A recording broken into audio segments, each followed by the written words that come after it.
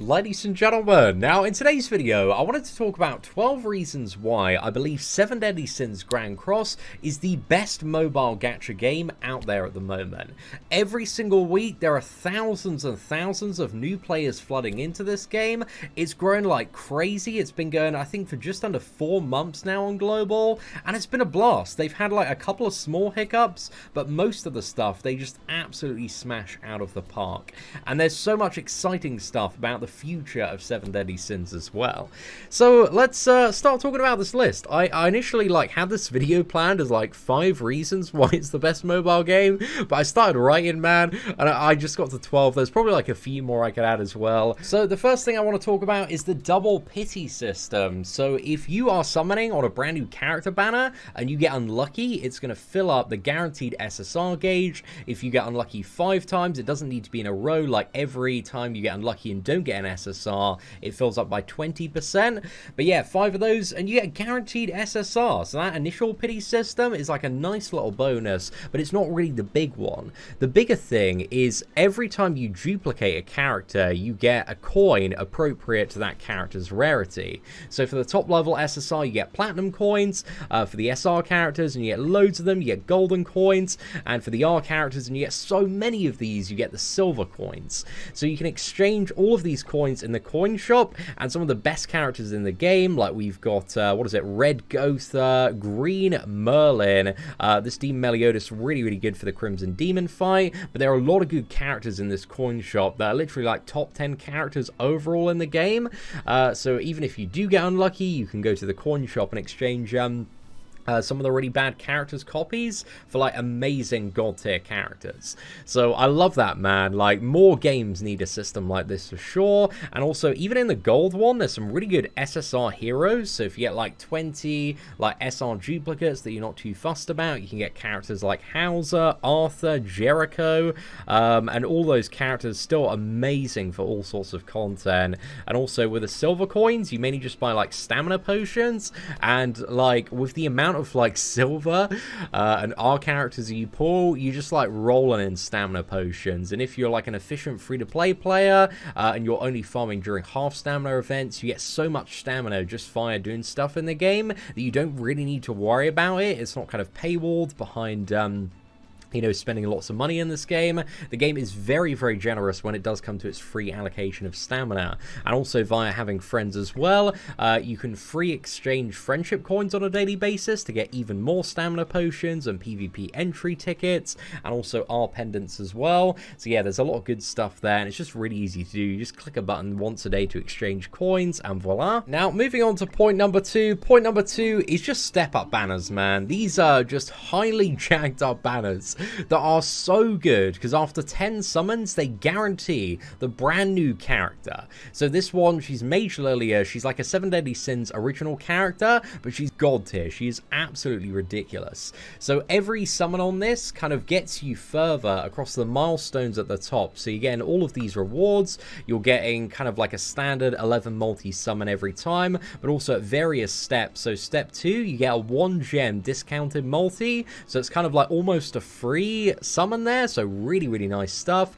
Step 5, you get guaranteed SSR. Step 7, another discounted multi. And again, at step 10, you get Mage Lilia. But also you're getting all these upgrade materials at the top. And if you go for another round of 5 summons, because you can keep on looping around this if you want, if you big whaling or spending, then yeah, you also get a Green Lilia as well, who is okay, man. She's not quite as good as the blue one, but these step-up banners, they just go even further to guarantee even more value and give you the brand new character guaranteed if you can reach that last step. And for a lot of free-to-play players and very savvy players, it's very achievable to kind of prepare and save up for the characters that are going to be really hype and game-changing. Now, point number 3 is around free-to-play gem gain. As a newer player, you're just being funneled with gems, man. They're coming from every single direction. Literally, a little tutorial pop-up just tell you something quick about the game and give you a gem, and there's just so much of that as you're progressing throughout the story. But also, as an established player, there are lots of ways via PvP, the knighthood check-in, daily events, story, first time clears, challenge tasks, final bosses, to get the premium currency that you would usually have to buy. Obviously, if you got money you want to spend it on the game, buy gem packages, subscriptions, whatever. Obviously that's going to be more beneficial as well, but just by playing the game and being a free-to-play player, there is a healthy supply of gems that do come in on a weekly basis. Like, PvP is probably one of my favorite sources of gain, because all you need to do is climb up as much as you possibly can, and then every Sunday it's going to send you the amount of gems kind of equivalent to your rank. So if you get to Master 5, you actually cannot be demoted ever to Platinum. So as long as you just park at Master 5, you don't even like care about doing PvP, man. You can just get 42 gems for like the rest of your life every single week. So free summons, and then, you know, on top of that, man, there's just all sorts of additional ways to gain gems in this game. So yeah, I'd say it's reasonably free-to-play friendly when it does come to that. But obviously, you know, there's always advantages to whales that are just constantly splashing out on huge amounts of gems as well. Now, the next thing is that the global team have been insane when it comes to the new updates. Like, there's usually a pretty big update once every 2 weeks, and a smaller update like every week in between. Like, I would say this last week has been a bit more of a quiet week in comparison, but the week before that we had like Final Boss Gotha and a load of new stuff. But this week we've had the Melascula banner, also an extreme version of the Knighthood boss as well, and a few little tweaks and changes here and there. But I think like next Tuesday is going to be the really big update. But there's just been so much coming in terms of new features. We've recently had the training cave, a ton of quality of life improvements, even more story chapters as well, additional events. We had the slime collaboration a couple of months ago, and that was really fun. But they have really done an amazing job of just keeping the updates coming and keep people very interested in the game. So yeah, they're moving at a very nice pace update wise. One thing as well is there is the Japanese version of the game that's about 6 to 9 months ahead of global, and you can view this existence as like a negative or a positive, but the way that I see it, there's like 6 to 9 months of already made content. There's so much stuff with a story, boss battles, events, future challenges, characters that's already been made for the game, and that stuff is just going to be constantly funneled out for the next year and a bit on 7 Deadly Sins Grand Cross Global, and by the time we, you know, catch up, there's going to be even more stuff. So there's going to be a pretty relentless barrage of content for the foreseeable future, which I think is really exciting. There's just going to be so much stuff constantly added, and I'm pumped for it. Now, the next point is something that is so huge to me as somebody that's played Marvel Contest of Champions for the last 5 years, because gold and XP are a nightmare to get in that game. Like, if you want to get gold, man, it's literally the most soul-sucking experience, monotonously grinding arena till your brain is just like jelly. It's just so boring, and you have to put in the manual grind yourself. What I love about 7 Deadly Sins is that gold and XP are not a problem at all. Via farming Fort Solgras, and you can do this on auto, like, you can just get so much gold and so much XP, and you don't even need to worry about it. You can just let the game do it for you. So gold and XP in this game, they are not a problem, and if you take massive advantage of the half stamina weekends, and if you're a bit of a savvy player, then you're just never really going to have too much of a problem with either resource. So yeah, I'm so glad that gold and XP are not a problem. And that kind of segues into the next point about the auto farming feature and skip tickets. So I love this, man. 7 Deadly Sins has a non-paywalled auto farming and also skip ticket feature. So this means you can infinitely, as long as you got the stamina potions, and you get so many stamina potions just via summoning on the banner, even as a free-to-play player, that you can auto farm pretty much constantly during half stamina events if you're savvy with your potions. Again, the secret to being a free-to-play in this game is making the most of half stamina weeks, and those are like every other week. But yeah, you've got infinite auto farming as long as you have the stamina potions for it, and also these new features which arrived in the last couple of months as well, skip tickets, and you get a generous amount of these just by playing the game. Like every single day, I think since the release, they've actually sent out this message, which is enjoy your day with 7 deadly sins. So literally, you just claim these skip tickets, man. You can skip 5 stages, you know, shave off like, what is it, 20 minutes of your farming time. It's just great, man. It's really, really nice. It just means you don't have to farm the stuff that's boring and you don't want to farm the stuff that's really, really grindy. So yeah, I love that they have both of these features that are freely accessible, because I know so many games that kind of paywall out like auto farming or skip tickets, but 7 Deadly Sins, they're pretty generous when it does come to some of these quality of life features. I know some people can view auto farming as a bit of a negative, but I feel like if you really get hooked into a game that requires you to manually grind a lot of stuff, it can be very soul-sucking and time-consuming, whereas I find the auto feature in this game just like the biggest blessing, because I can slap it on auto on my PC, and then I can just like go and spend time with my girlfriend, my family, my friends, and not have that thought in the back of my mind like, oh, I could be grinding this stage right now, because I know the game's doing it for me. So I find that like really relieving, coming from a game that, you know, I've had to manually grind so much in the past, just having it auto and not having to pay like a premium subscription for it. So yeah, I'm a big fan of the auto farming stuff. And also on top of that as well, the PvE in this game is probably some of the most non-pay to win PvE I've seen. So that means when it comes to the story stuff, the boss battles, some of the challenges that take place as well, all of this stuff really isn't hard paywalled. Like, to do some of the most difficult story stuff and the most difficult challenges, you will need to grind and upgrade your characters and sort out your gear, but it's not hard paywalled. Nothing has come out yet that has been completely inaccessible unless you've spent money. Everything has been fair to grinders and free-to-play players, and certain stuff that's come out, like final bosses, have like a lower tier of difficulty that you can farm and still get the majority of rewards, even if you don't have the best gear out there. So PvE in this game, man, is dope, and if you're just looking to kind of enjoy the story, enjoy some of the fights, you're a PvE focused player, like 7 Deadly Sins has a lot to offer without spending money. Now, moving on to the next point is one of my favorite features in any game, the final boss battles. So we've had 2 of these so far in global, and there's many more to come from the Japanese version of the game, but they're essentially like an iconic stacked up version of a character, and you go into this boss fight and you try to get the highest score you possibly can. So there's a lot of experimentation between like team compositions and setups, and it's just a really fun time. And while you're fighting this boss, you're constantly getting tokens which you can exchange in the shop, and there's all sorts of stuff like really awesome looking cosmetics for Gotha, loads of upgrade materials, kind of awakening stones for gear, anvils for gear, and yeah, just a lot of really valuable stuff. But on top of that, the higher score you get, the higher it places you on the leaderboard. And when it comes to the leaderboard rankings, man, this is probably the only part that is, you know, a bit more on the old pay-to-win side here.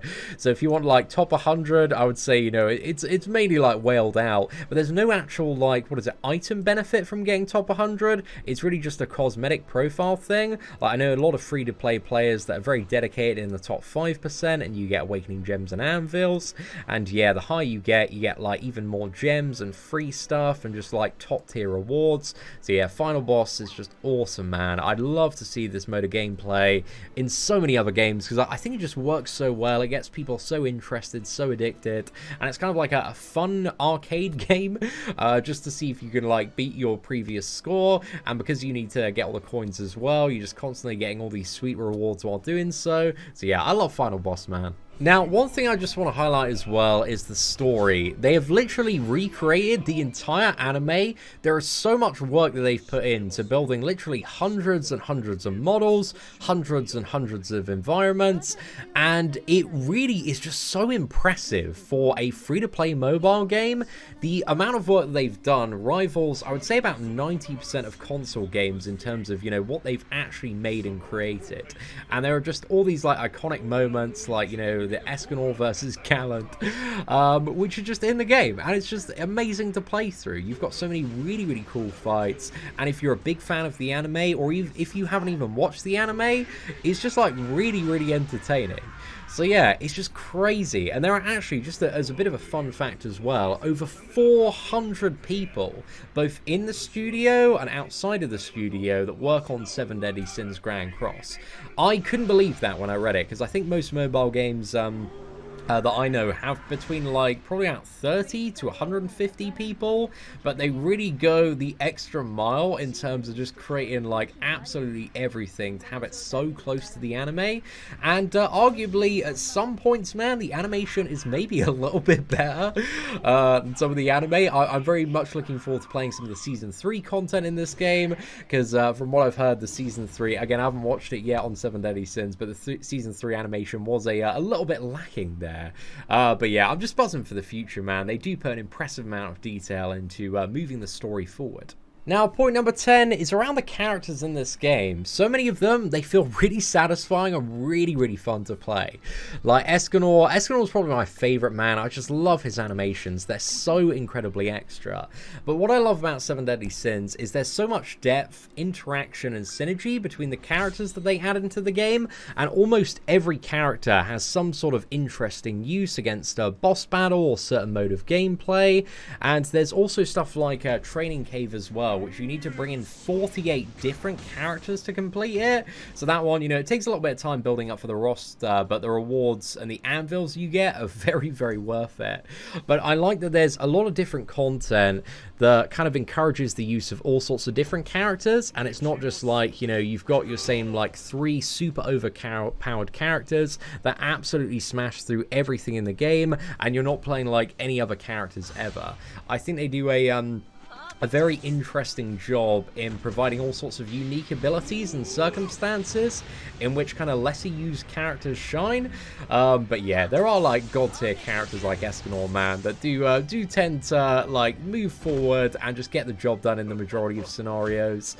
But even for stuff like Final Boss Gotha, like this Escanor is pretty damn rubbish for. So yeah, there's just a lot of diversity in the characters that you use and build. I like that a lot. Now, point number 11, if you're looking to get sweaty over a mobile video game, PvP is really, really fun. I would say PvP is by far the most pay-to-win element of 7 Deadly Sins, just throwing that out there, because at the very top, if you want to get sweaty with the big old blubbery boys, there's additional advantages you can buy in terms of anvils to reroll stats on gear, and cosmetic items which also give a booster. Those cosmetics are also available for gems and diamonds eventually, so even as a free-to-play player, in ungeared PvP, you can build up and be competitive, and there are super hardcore grinders like Spam and Rice that are still competitive when it comes to like Challenger and also top 100 PvP. However, again, it is more on the pay to win side PvP, but it's a very dynamic, constantly shifting meta. I don't think the PvP meta has settled down for more than like 2-3 weeks before like a new character has come in. I've been like, okay, this changes stuff, man. This team's no longer good, so everybody's running this team, and it's just constantly changing and constantly shifting. So I found it yeah, just really entertaining, really addicting. We do so many PvP videos on this channel, kind of like looking at what most people are running in the meta and building like a really silly team to counter it. And there are just all sorts of like weird and wonderful characters and setups like that like Kabuki uses. He's using like a Deldry green counter Meliodas team. So yeah, there's just a lot of fun stuff that you can do with PvP. But again, PvP, in all honesty, a bit more on the pay to win side or like grinding your life away. So just something to keep in mind as well. But PvP, there's kind of like levels and brackets for all kind of level of commitment. But if you do want to get really sweaty, man, it's pretty damn pay to win. Now, point number 12 is that anything is possible with 7 Deadly Sins Grand Cross. The game's already done a collab with That Time I Got Reincarnated as a Slime, and this Monday they released a collab with Attack on Titan. There is a full-blown massive Attack on Titan update coming to 7 Deadly Sins Grand Cross, and there are going to be even more collabs in the future.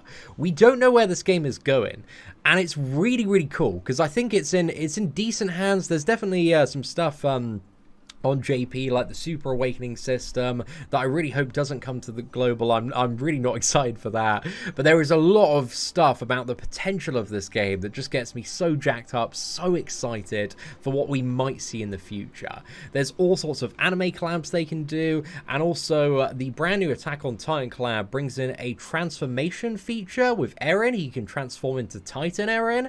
So there's all sorts of like crazy god mode stuff they can do with characters like Meliodas, Escanor, and some of the commandments in the future, King, Barn. So yeah, there's just limitless potential for directions that this game could go, even past the end of the the Seven Deadly Sins anime, but even on the JP version, they've kind of barely dipped into like season 3 yet, so there's a lot of stuff to come in the future with like season 3, season 4, and also like the Demon King. So yeah, I'm really excited for the future of this game. I think there's a lot of cool directions that they could go down, both with the stuff that they have with Seven Deadly Sins manga content, but also stuff outside of that. I just don't know what kind of crazy collaborations. Like, everybody thought like Attack on Titan collab would never happen with this game, and it was just like completely you know, left field, but it's happening on Monday on JP, and we're probably going to get it in like 3 to 6 months on global, I would imagine.